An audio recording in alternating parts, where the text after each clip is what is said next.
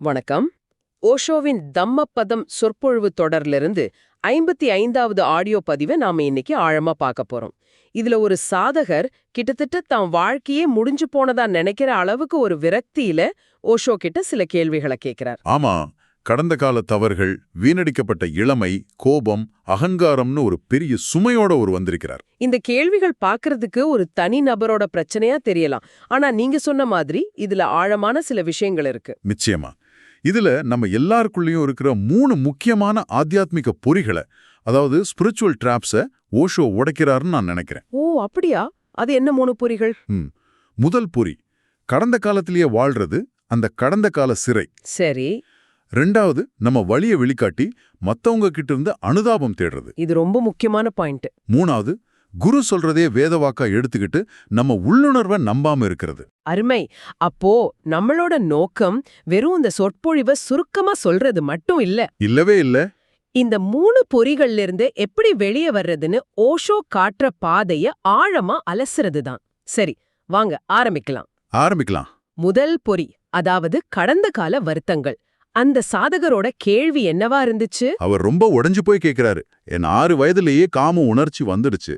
பல வருஷமா என் வீரியத்தை வீணாடிச்சிட்டேன். இப்போ எனக்கு ஞானம் கிடைக்க வாய்ப்பே இல்லையா? இதுதான் அவரோட கேள்வி. அந்த கேள்வியில இருக்கிற வலியும் குற்ற உணர்ச்சியும் நல்லாவே தெரியுது. ஆமா, ஒரு முழுமையான நம்பிக்கையின்மை. இதுக்கு ஓஷோவோட முதல் பதில் ரொம்ப நேரடியானது, ஷார்ப்பானது. முடிந்து விட்டது, அதற்காக வருந்துவதில் காலத்தை வீணாக்காதே என்கிறார். ஆமா. ஆனா இது சொல்றதுக்கு சுலபம், செய்யறதுக்கு ரொம்ப கஷ்டம் இல்லையா? சரி, இனிமே வருத்தப்படாதேன்னு சொன்னா உடனே மனசு கேட்டுடுமா என்ன? மிகச்சரியான கேள்வி. ஓஷோவும் இத ஒரு எளிய அறிவுரையா சொல்லல. இதுக்கு பின்னாடி இருக்கிற உளவியலை விளக்குறார். ஓஹோ. அவர் இத ஒரு பொல்லாத வட்டம்னு சொல்றாரு. முதல்ல ஒரு தப்பு செஞ்சு நம்ம நேரத்தையும் ஆற்றலையும் வீணடிக்கிறோம். அது முதல் நஷ்டம். சரி. 2வதா, அந்த தப்ப நினைச்சு வருத்தப்பட்டு நிகழ்கால நேரத்தையும் ஆற்றலையும் வீணடிக்கிறோம். இது 2வது நஷ்டம். ஆக நாம செய்யற முதல் தப்ப விட அத நினைச்சு வருத்தப்படுறதுதான் பெரிய தப்புன்னு சொல்றாரு. அதேதான். வில்லிலிருந்து புறப்பட்ட அம்பை மீண்டும் அம்பராத்தூணில் சேர்க்க முடியாதுங்கிற உதாரணமும் இதுக்கு ரொம்ப பொருந்துது. ஆமா, அது ஒரு முடிஞ்சு போன விஷயம். ஆனா இதுல ஒரு ஆச்சரியமான விஷயத்தையும் ஓஷோ சொல்றாரு. என்ன அது? நான் என் வாழ்க்கைய வீணடிச்சிட்டேன்னு ஒருத்தனுக்கு புரியுதுன்னா அதுவே ஒரு பெரிய விழிப்புணர்வின் அறிகுறி. அந்த புரிதல்ங்கிற தீப்பொறி இன்னும் அணையாம இருக்கு. வாவ், இது ஒரு நல்ல பார்வை. ஒரு தீப்பொறி மிச்சம் இருந்தாலும் சூரியனை கண்டுபிடிக்க முடியும். ஒரு விதை மிச்சம் இருந்தாலும் ஒரு வனத்தை உருவாக்க முடியும்னா ஒரு குடுக்கிற நம்பிக்கை சாதாரணமானதில்ல. இது கேட்க நல்லா இருக்கு. ஆனா ஒரு சந்தேகம் வருது. தப்பே செய்யாம பிரம்மச்சரியத்தோட பாதையில வர்ற ஒருத்தருக்கும் இந்த மாதிரி பல தவறுகள் செஞ்சுட்டு வர்ற ஒருத்தருக்கும் பயணம் ஒன்னாவே இருக்குமா? இல்ல, நிச்சயமா இருக்காது. தவறுகள் பாதைய கடினமாக்காதா? நிச்சயமா கடினமாக்கும். ஓஷோ அதை மறைக்கவே இல்ல. அவர் சொல்றார், பிரம்மச்சரியத்துடன் வாழ்ந்திருந்தா உன் பயணம் பூக்கள் நிறைந்த பாதையா இருந்திருக்கும். ஆனா இப்போ அது கற்களும் முட்களும் நிறைந்த கரடுமுரடான பாதையா இருக்கலாம். பயணம் நிச்சயம் கடினமா தான் இருக்கும். இலக்கை அடைய நேரம் அதிகமாகலாம். ஆனா பாதை சாத்தியமற்றதில்ல. கரெக்ட். பாதை கடினமா இருக்கிறதுக்காக பயணத்தையே கைவிடுறது முட்டாள்தனம். விரக்தி தேவையில்ல, விடாமுயற்சி தான் தேவைன்னு தெளிவுபடுத்துறார். சரி, இந்த உரையாடல்ல அந்த சாதகர் இன்னொரு விசித்திரமான விஷயத்த சொல்றார். தான் தாயன் வயிற்றுல 7 மாசத்திலேயே பிறந்துட்டதா சொல்றார். ஆமாம். இதுக்கும் ஆன்மீகத்துக்கும் ஓஷோ ஒரு ஆழமான தொடர்பு சொல்றார். அதென்ன? இதுதான் இந்த உரையாடலோட மிக முக்கியமான ஆழமான பகுதி. இது ஓஷோவோட கர்மா பற்றிய பார்வைக்கு ஒரு சிறந்த உதாரணம். சொல்லுங்க, கேட்கவே சுவாரஸ்யமா இருக்கு. அவர் என்ன சொல்றாருன்னா, ஒருத்தன் போன ஜென்மத்துல இறக்கும்போது வாழ்க்கை மேல தீவிரமான பற்றோட நான் சாகவே மாட்டேன், இன்னும் வாழணும்னு போராடி இறந்தா, அந்த பற்று, அந்த அவசரம் அடுத்த பிறவில தாயின் கருவறைக்குள்ள கூட அவனை 9 மாசம் முழுசா இருக்க விடாது. வாழ்வதற்கான அந்த வேகம் அவனை அவசரமா வெளியே தள்ளிடும். கேட்கவே திகப்பா இருக்கு. அப்போ அவரோட சிறு வயது காம உணர்ச்சிக்கும் இதே மாதிரி ஒரு விளக்கம் சொல்றாரு இல்லையா? அதேதான். இறக்கும் தருணத்தில் எழும் கடைசி எண்ணமே பிறக்கும்போது எழும் முதல் எண்ணமாக இருக்கும் என்பதுதான் இதோட சாரம். ஓ, தூங்க போறதுக்கு முன்னதுக்கு என்ன நினைக்கிறோமோ அது காலையில எண்ணமா வருது மாதிரி. சரியா சொன்னீங்க. ஒரு வாழ்க்கைக்கும் அடுத்த வாழ்க்கைக்கும் இது பொருந்தும் என்கிறார். போன ஜென்மத்துல இறக்கும் தருவாயில ஒருத்தன் காம சிந்தனைகள்லயே மூழ்கியிருந்தா அந்த எண்ணம் தான் அவனோட அடுத்த பிறவியின் முதல் விதையா முளைக்கும். இது ஒரு விதத்துல பாக்கும்போது நம்ம கையில எதுவுமே இல்ல, எல்லாம் போன ஜென்ம வினைதான்னு ஒரு சோர்வை கொடுக்காதா? நல்ல கேள்வி. ஆனா ஓஷோ இது ஒரு விதியா சொல்லல, ஒரு பேட்டர்னா, அதாவது ஒரு வடிவமா சொல்றார். வடிவமா? ஆமா. இந்த வடிவத்தை புரிஞ்சுக்கிட்டா அதை உடைக்க முடியும். ஓ, இந்த அவசரம், இந்த பற்று எனக்குள்ள ஆழமா இருக்குன்னு புரிஞ்சுக்கிறதே அந்த வடிவத்தை உடைக்கிற முதல் படி. சரி சரி. இத சொல்லிட்டு தான் அந்த சாதகருக்கு நம்பிக்கை கொடுக்கிற அந்த அழகான கவிதையை ஓஷோ சொல்றார். ஆமாம். என் வாழ்க்கை வீணாகி விட்டது என்று நான் ஏன் புலம்ப வேண்டும்? எனக்காக 2 கண்கள் காத்து கொண்டிருக்கின்றனவே. இந்த வரி மனசுல ஆழமா பதியுது. அது வெறும் ஒரு கருகை வரி இல்ல, அது ஒரு மனநிலை மாற்றம். பக்தியோட மொழி மாதிரி. ஆமா, பக்தியோட மொழி. இதுவரைக்கும் நான் இறைவனை தேடினேன், நான் ஞானம் அடையணும்னு அகங்காரத்தோட ஒரு தேடல் இருந்துச்சு.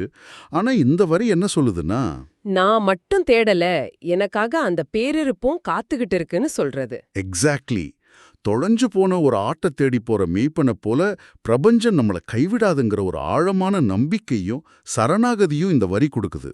ரொம்ப அருமையான விளக்கம். சரி, அடுத்ததா அந்த சாதகரோட மையமான கேள்விக்கு வருவோம்.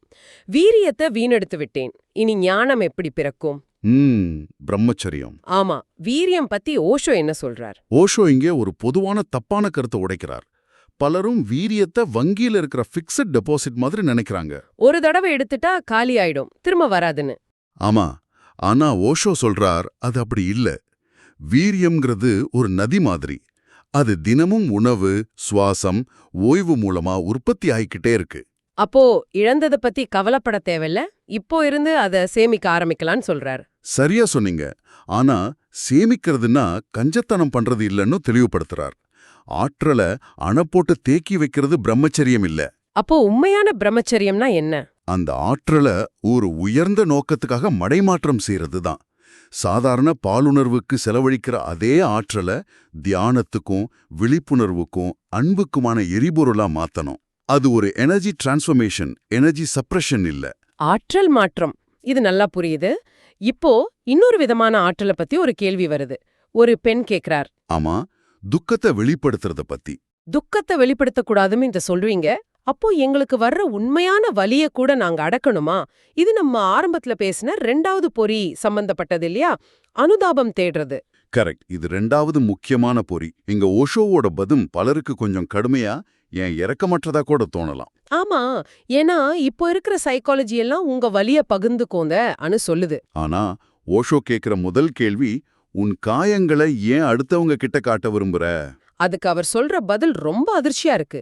அடுத்தவரின் அனுதாபத்தை பெறுவதுதான் நோக்கம் என்கிறார். ஆமா, பிச்சைக்காரர்கள் தங்கள் புண்களை காட்டி பிச்சை கேட்பதை போன்றதுன்னு ரொம்ப கடுமையான ஒரு ஒப்பீட்டை முன்வைக்கிறார். இதுல இருக்கிற நுட்பத்தை நாம புரிஞ்சுக்கணும் இல்லையா? அவர் வலிய உணரக்கூடாதுன்னு சொல்லவே இல்ல. வலிய தனிமையில முழுசா அனுபவி, அழுது தீர்த்தடோ.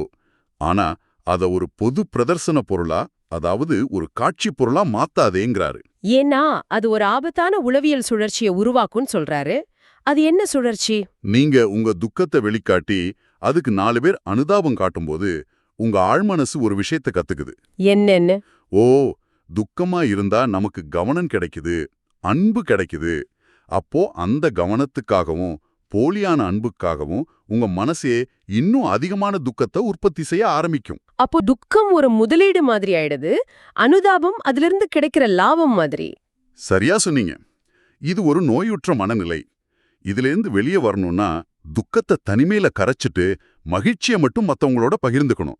உண்மையான அன்பு மகிழ்ச்சியை பகிரும்போது தான் பிறக்கும். இது முற்றிலும் ஒரு புதிய பார்வை. வலிய ஒரு சோஷியல் கரன்சியா பயன்படுத்துறத நிறுத்தச் சொல்றாரு. சரி, இப்ப நாம 3வது பொறிக்கு வர்றோம். குருவையே சார்ந்திருக்கிறது. ஆமா, உரையாடலோட இறுதியில ஒருத்தர் கபீரோட புகழ்பெற்ற வரிய சொல்லி கேட்கிறார். டாயி ஆங்க பிரேம் கா படே சோ பண்டித் ஹோ. அன்பின் 2½ எழுத்துக்களை கற்றவன் அறிஞனாகிறான் என்பதுதான் உங்கள் சொற்பொழிவின் சாராம்சமானு. இதுக்கு ஓஷோ சொல்ற பதில் குரு சிஷ்ய உறவையே புரட்டி போடுற மாதிரி இருக்கு. அவர் ஆமான்னு சொல்லல. அவர் திருப்பி கேட்கிறாரு, இது சரியான ஏன் என்கிட்ட கேட்கிற? உன் உள்ளுணர்வு என்ன சொல்லுது? அதையே நீ நம்ப மறுக்கிற? இந்த கேள்வி அந்த நபரை மட்டும் இல்ல, நம்மையும் உழுக்குது. என் வார்த்தைகளை கேட்டு நீ இதை ஏத்துக்கிட்டா நீ இன்னொரு சாஸ்திரத்தை உருவாக்கிட்ட. நான் உன் சாஸ்திரமா இருக்க விரும்பல, உன் அனுபவமா இருக்க விரும்புறேன்னு சொல்றாரு. இதுதான் ஒரு உண்மையான குருவோட அடையாளம். பலரும் குருவோட வார்த்தைகளை வேதவாக்கா எடுத்துக்கிட்டு அதை ஒரு சுமையா மாத்திடுறாங்க. குரு ஒரு வழிகாட்டிதான தவிர அவரே இலக்கு கிடையாது. ஆனா இங்க எனக்கு ஒரு கேள்வி வருது. ஓஷோ உள்ளுணர்வை நம்புன்னு சொல்றார். ம். ஆனா நம்ம உள்ளுணர்வுன்னு நாம நினைக்கிறது பல சமயம் நம்மளோட ஆசையா, பயமா, இல்ல அகங்காரத்தோட குரலா இருக்கலாமே. உண்மையான உள்ளுணர்வோட குரலை எப்படி அடையாளம் காண்றது? ரொம்ப முக்கியமான கேள்வி. ஓஷோ வேற சில இடங்கள்ல இதுக்கு விளக்கம் கொடுத்திருக்காரு. அகங்காரத்தோட குரல் ரொம்ப சத்தமா இருக்கும், அவசரப்படுத்தும், குழப்பத்தை உருவாக்கும். ஆனா உள்ளுணர்வின் குரல் அது ரொம்ப அமைதியா, தெளிவா, ஆழத்திலிருந்து வரும். அதுல ஒரு நிதானம் இருக்கும். ஒரு செயலை செஞ்சதுக்கு அப்புறம் உங்களுக்குள்ள அமைதி பிறக்குதுன்னா அது உள்ளுணர்வின் குரல். பதட்டமோ குற்ற உணர்வும் வருதுன்னா அது அகங்காரத்தோட குரல். அருமை. அப்போ அன்பே உண்மையான வேதம்னு சொல்றதுல ஒரு ஆழமான பொருள் இருக்கு. டாய் ஆக்கர் 2 எழுத்துக்கள். அக்ஷருங்கிற வார்த்தைக்கு எழுத்துன்னு ஒரு பொருள், அழியாததுன்னு இன்னொரு பொருளும் இருக்கு. ஆமாம், அன்பின் மூலமா நாம அடையிறது அந்த அழிவற்ற நிலையத்தான். அது புத்தகத்துல படிக்கிற எழுத்தில்ல, வாழ்ந்து பார்க்கற அனுபவம். அதுல நான் நீ கரைஞ்சு அன்பு மட்டுமே மிஞ்சும்போது அந்த அழிவற்ற நிலை சாத்தியமாகுது. அப்போ ஒட்டுமொத்தமா இந்த உரையாடலை திரும்பி பார்க்கும்போது ஓஷோ அந்த சாதகருக்கு மட்டும் பதில் சொல்லல, நம்ம எல்லார்கிட்டயும் தான் பேசுறார். ஆமாம், கடந்த கால குற்ற உணர்ச்சியிலிருந்து வெளியே வா, வலிய வியாபாரம் செய்யாத, உன் உள்ளுணர்வுக்கு உண்மையாயிருன்னு சொல்றார். இந்த 3 பொறிகள்ல இருந்தும் நம்மள விடுவிச்சுட்டு நிகழ்காலத்துல விழிப்புணர்வோட வாழச் சொல்றார். கடைசியா அவர் அன்பு பத்தி சொல்ற ஒரு விஷயம் ரொம்ப ஆழமானது. அன்பு என்பது ஒரு பெரும் மரணம். மற்ற சாஸ்திரங்கள் உன்னை காப்பாற்றும், ஆனால் அன்பு உன்னை அழித்துவிடும். அந்த அழிவில்தான் உண்மையான வாழ்வு இருக்கிறது என்றார். அப்படியானால் இந்த உரையாடலின் முடிவில் நாம் நம்மையே கேட்டுக்கொள்ள வேண்டிய கேள்வி இதுதான். நாம இந்த அறிவுரைகளை எல்லாம் கேட்டு அதை பத்தி பேசி ஒரு பாதுகாப்பான கரையிலேயே நிக்க போறோமா? இல்லை, அன்புங்கிற இந்த ஆத்துல குதிச்சு நான்கிற நம்ம அடையாளத்தை முழுசா கரைச்சு அந்த அழிவின் மூலமா உண்மையான வாழ்வை கண்டடைய தயாரா இருக்கோமா? இதுதான் நீங்க யோசிப்பதற்காக நாங்கள் விட்டுச் செல்லும் சிந்தனை.